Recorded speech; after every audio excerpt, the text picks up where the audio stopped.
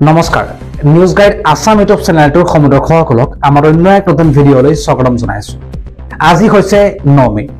অসমৰ লগতে ভাৰতৰ বিভিন্ন প্ৰান্তৰ পৰা বহুকেইটা গুৰুত্বপূৰ্ণ খবৰ আপোনালোকৰ জ্ঞাতাৰ্থে যোগোটোৱা হৈছে আৰু এই ধৰণৰ খবৰসমূহ নিতৌ চাই থাকিবলৈ আমাৰ চেনেলটোক সাবস্ক্ৰাইব কৰি ভিডিঅ'টোত এটাকৈ লাইক কৰি দিব।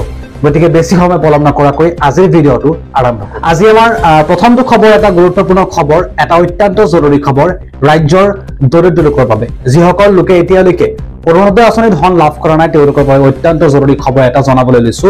অৰুণোদয় আঁচনিক লৈ নতুন নিয়ম আহি গৈছে।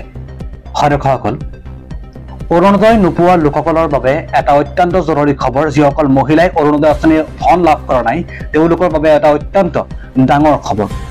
ৰেচন কাৰ্ড থকা লোকসকলে লাভ কৰিব অৰুণোদয় আঁচনিৰ ধন। ৰেচন কাৰ্ড যিসকল লোকৰ আছে তেওঁলোকে অৰুণোদয় আঁচনিৰ ধন লাভ কৰিবই। যিসকলৰ ৰেচন কাৰ্ড নাই সেইসকলে ৰেচন কাৰ্ড লোৱাৰ আহ্বান জনাইছে মুখ্যমন্ত্ৰী ডক্টৰ হিমন্ত বিশ্ব শৰ্মাই। 15 আগষ্টৰ পূৰ্বে ৰেচন কাৰ্ড থকা লোকসকলে লাভ কৰিব অৰুণোদয় আঁচনিৰ ধন। ইয়াৰ উপৰিও লাখপতি বাইদেউৰ বাবেও এটা ভাল খবৰ দিছে ৰাজ্যৰ মুখ্যমন্ত্ৰীগৰাকীয়ে।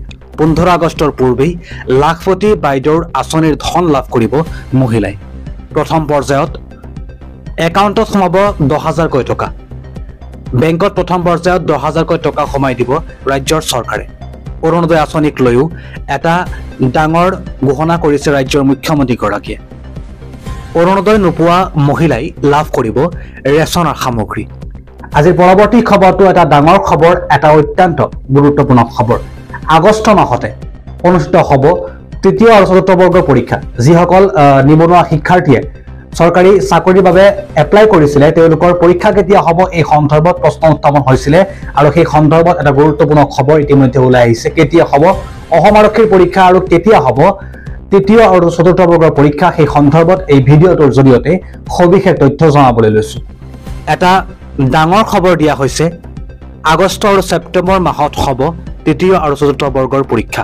ৰাজ্যৰ লাখ লাখ চৰকাৰী চাকৰিৰ প্ৰত্যাশীৰ বাবে এটা ভাল খবৰ দিয়া হৈছে। মুখ্যমন্ত্ৰীয়ে নিৰ্বাচনী প্ৰচাৰৰ মাজতেই এই ঘোষণা কৰা পৰিলক্ষিত হৈছে।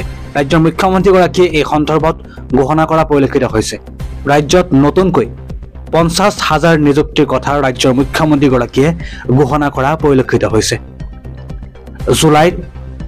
জুলাই মাহতে পতা হ'ব নিযুক্তিৰ পৰীক্ষা। অসম আৰক্ষীৰ নিযুক্তি পৰীক্ষা আগন্তুক জুলাই মাহতেই পতাৰ কথা ইতিমধ্যে ঘোষণা কৰিছে। শিক্ষক নিযুক্তিৰ বাবেও জুলাই মাহতেই হ'ব সাক্ষাৎকাৰ। দালাল নোহোৱাকৈ সম্পূৰ্ণ মেধাৰ ভিত্তিত নিবনুৱাই লাভ কৰিব চৰকাৰী চাকৰি। অপেক্ষাৰ অন্ত পৰিছে। যিসকল শিক্ষাৰ্থীয়ে উচ্চতৰ মাধ্যমিক চূড়ান্ত পৰীক্ষাত বহিছিলে তেওঁলোকৰ এই পৰ্যন্ত এতিয়ালৈকে ফলাফল আহি পোৱা নাই আৰু সেই ফলাফল সন্দৰ্ভত এটা গুৰুত্বপূৰ্ণ খবৰ ইতিমধ্যে জনাবলৈ লৈছো আৰু খন্তেক মুহূৰ্তৰ পাছতেই ঘোষণা হ'ব উচ্চতৰ মাধ্যমিক পৰীক্ষাৰ ফলাফল। ইতিমধ্যে যোৱা নিশা ৰাজ্যৰ শিক্ষামন্ত্ৰীগৰাকীয়ে এক টুইটৰ জৰিয়তে এই সন্দৰ্ভত অৱগত কৰিছে। আজি পুৱা 9 মান বজাতেই ঘোষণা কৰা হ'ব উচ্চতৰ মাধ্যমিক অৰ্থাৎ হায়াৰ ছেকেণ্ডেৰী পৰীক্ষাৰ ফলাফল। এই সন্দৰ্ভত সবিশেষ তথ্য ভিডিঅ'টোৰ জৰিয়তে জনাবলৈ লৈছো। পুৱা 9 বজাত ঘোষণা কৰা হ'ব ফলাফল। এই কথা ঘোষণা কৰিছে ৰাজ্যৰ শিক্ষামন্ত্ৰী ৰণোজ পেগুৱে।